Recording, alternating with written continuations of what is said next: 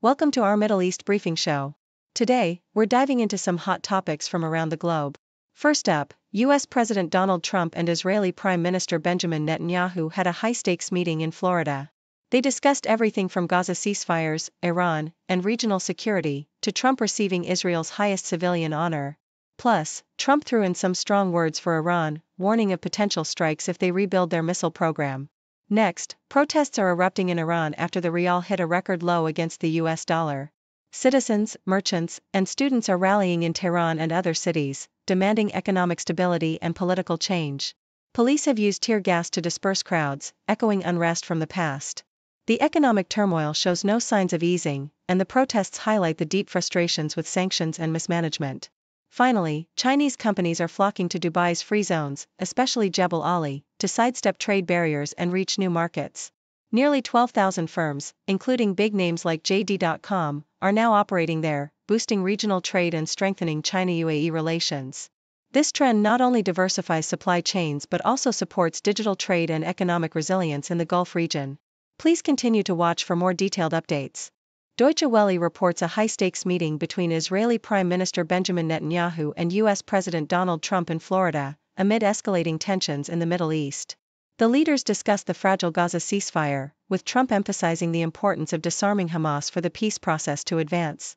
The meeting also revealed a significant military boost, with the Pentagon awarding an $8.6 billion contract to Boeing for new F-15 jets for Israel, symbolizing continued U.S. military support. Netanyahu announced that Trump would receive the prestigious Israel Prize, a rare honor for a non-Israeli, highlighting the close diplomatic ties. Trump, meanwhile, praised Netanyahu as a wartime hero and hinted at a possible visit to Israel, while also touching on broader issues like Iran's missile program and the situation in the West Bank, revealing the complex web of regional and international concerns. CNN details Iran's internal turmoil as protests erupted across the country, triggered by the rial's dramatic plunge to a record low against the dollar. Demonstrators in Tehran and other major cities voiced their frustration with economic hardship, with police dispersing protests with tear gas. The resignation of Mohammad Reza Farzan, the central bank chief, signaled mounting instability amid inflation soaring to over 42%, with food and medical prices skyrocketing. These protests, the largest since 2022's nationwide demonstrations over Mahsa Jina Amini's death, underscore Iran's deep economic woes and political unrest. The currency's collapse, from 430,000 to 1.42 million rials per dollar in 2022 to over 1.38 million recently, reflects the ongoing fallout from the U.S. withdrawal from the nuclear deal and renewed sanctions. The turmoil heightens fears of hyperinflation and potential conflict, fueling uncertainty about Iran's future trajectory amid escalating tensions with the West and regional actors. South China Morning Post highlights China's strategic move to anchor its firms in Dubai's free zones, leveraging the city's logistical and trade advantages to navigate global protectionism. As Chinese companies like JD.com and CNBM expand their regional footprint, Dubai's Jebel Ali free zone has become a magnet, hosting nearly double the number of Chinese firms since 2021. This trend is driven by the desire to diversify supply chains, enhance resilience, and access new markets amid rising trade barriers. The port's extensive connectivity, serving over 180 shipping lines, positions Dubai as a critical hub for re-export and regional distribution, with Chinese enterprises establishing regional headquarters and assembly bases. This economic synergy is bolstered by strengthening Gulf China relations, with bilateral trade surpassing $257 billion in 2024 and projected to grow further. The strategic partnership aims to develop smarter logistics, digital trade, and green technology, though challenges like regulatory differences and infrastructure gaps remain. Overall, Dubai's free zones are transforming into vital nodes in China's global trade network, signaling a new era of regional economic integration.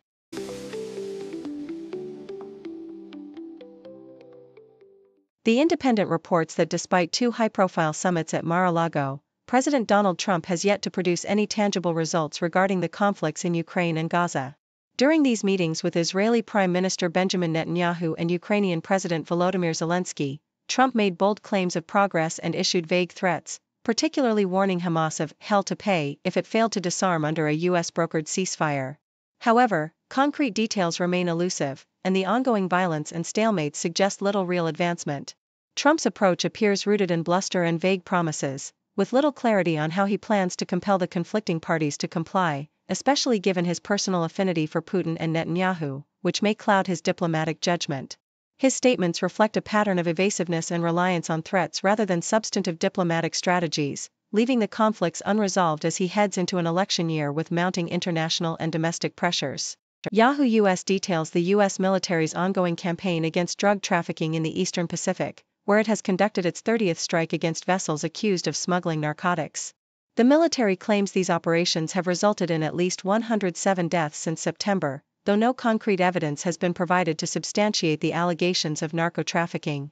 President Trump has justified these aggressive strikes as part of a broader effort to curb the flow of drugs into the United States, framing the conflict with drug cartels as an armed conflict.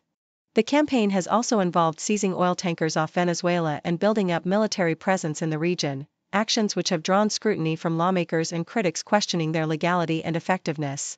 Trump's aggressive posture aims to pressure Nicolas Maduro's regime, but the lack of transparency and the potential for unintended consequences continue to raise concerns about the long-term impact of these military operations.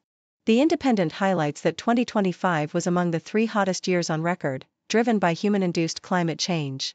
Despite natural cooling influences like La Niña, global temperatures surpassed the critical 1.5 degrees Celsius threshold set by the Paris Agreement, signaling a dangerous escalation in climate impacts.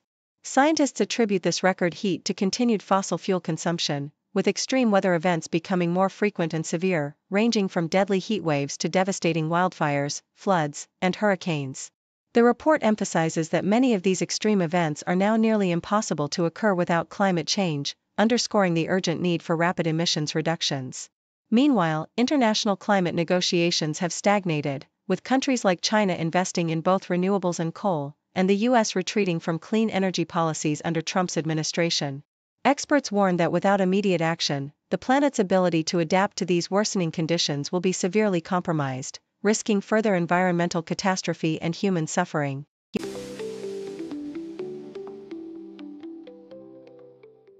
The Associated Press reports a tragic incident in Suriname where Dennis Aroma, a 43-year-old man, committed a horrific mass murder before dying by suicide in police custody. Aroma, reportedly suffering from mental health issues, went on a violent rampage in Richelieu, killing 9 people including 4 of his own children and 5 neighbors. The attack was sparked after a heated phone argument with his estranged wife, who had refused to come to his address and instead sent someone else to pick up their children. The community and government officials, including the Minister of Justice and the Minister of Social Affairs, expressed profound shock and grief, emphasizing the importance of solidarity and support in the aftermath of such a devastating tragedy. Despite Suriname's historically low murder rate, the spike in 2024 to 30 homicides per 100,000 residents has alarmed the nation, prompting investigations into Aroma's mental health history and raising concerns about mental health support systems. The Independent details a fascinating cultural event where Peruvian shamans gathered atop San Cristobal Hill to perform their annual ritual, offering predictions for the upcoming year. Dressed in traditional Andean attire and under the influence of sacred plants like ayahuasca and San Pedro cactus, the shamans conducted dances, prayers, and rituals to divine the future. Their forecasts included bold claims about Venezuelan President Nicolas Maduro being ousted next year, possibly through intervention by former U.S. President Donald Trump, whom they also predicted would re-enter the political scene. While their track record is mixed, accurately predicting the death of former Peruvian President Alberto Fujimori in 2024, the shamans' visions reflect hopes for peace, such as an end to conflicts in the Middle East and Ukraine, and natural disasters. Their ceremonies, rich with symbolism and ancestral music, serve as spiritual calls for leaders to make wise decisions and for global harmony. Finally, the Australian Broadcasting Corporation covers a tense moment in Middle Eastern geopolitics, where former U.S. President Donald Trump issued a stark warning following a meeting with Israeli Prime Minister Benjamin Netanyahu. Trump, who has been vocal about Israel's military actions in Gaza, declared that if Hamas fails to disarm, hell to pay, signaling a potential escalation in the ongoing conflict. During the Florida meeting, Trump praised Israel's efforts to end the war and emphasized that Hamas had a limited window to surrender its weapons, hinting at severe consequences if they refuse. The rhetoric underscores the volatile atmosphere surrounding the Israel-Gaza conflict, with Trump's strong stance reflecting his ongoing influence on U.S. foreign policy and the delicate balance of power in the region.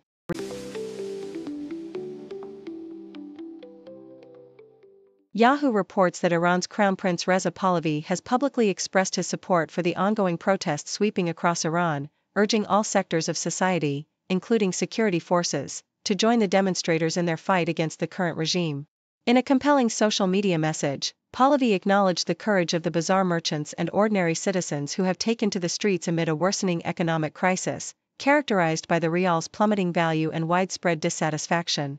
The protests, which initially erupted in Tehran and spread to cities like Awaz, Hamadan, Keshem, and Mashhad, have seen demonstrators chanting slogans such as "Pahlavi will return" and expressing vehement opposition to Iran's leadership, including calls for the death of Supreme Leader Ayatollah Khamenei.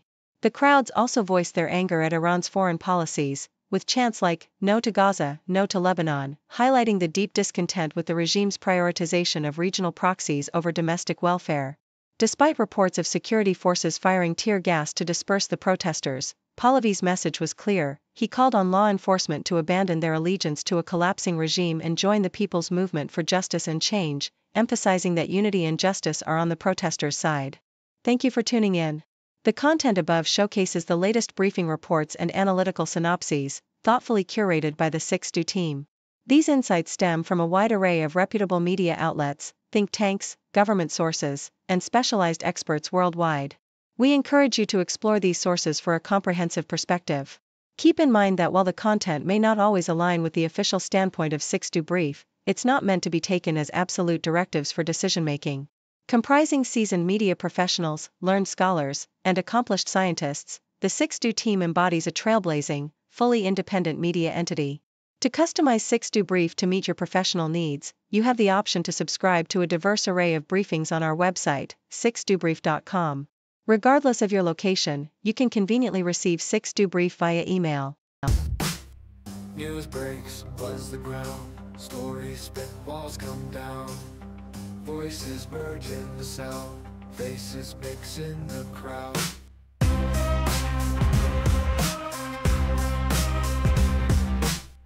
Broadcasters paint the scene, world events on our screen. Every link a different theme, words collide in the stream. 6 degrees connect the dots, background stories more than nuts. Hear the voices rise aloud, truth unveils in every spot.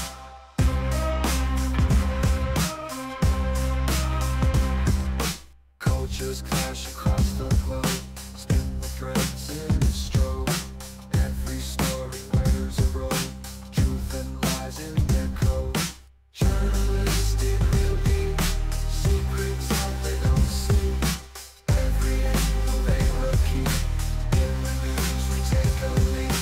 New perspectives day by day, hidden truths come to play. In the background shades of gray, every story finds its way.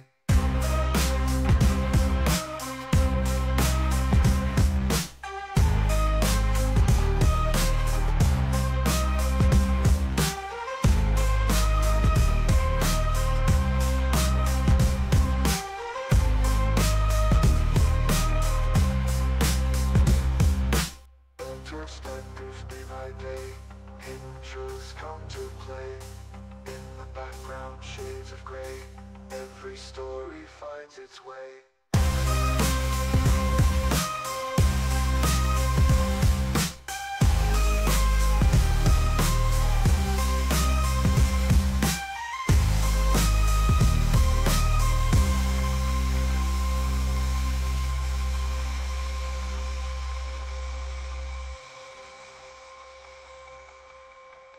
Cultures, I go. What really or do not. What enough to be you, everything and ever. What enough and after, what enough and after, what enough and after, enough and after, enough and after, enough and after, enough and after, enough and after, enough and after, enough and after, enough and after, enough and after, enough.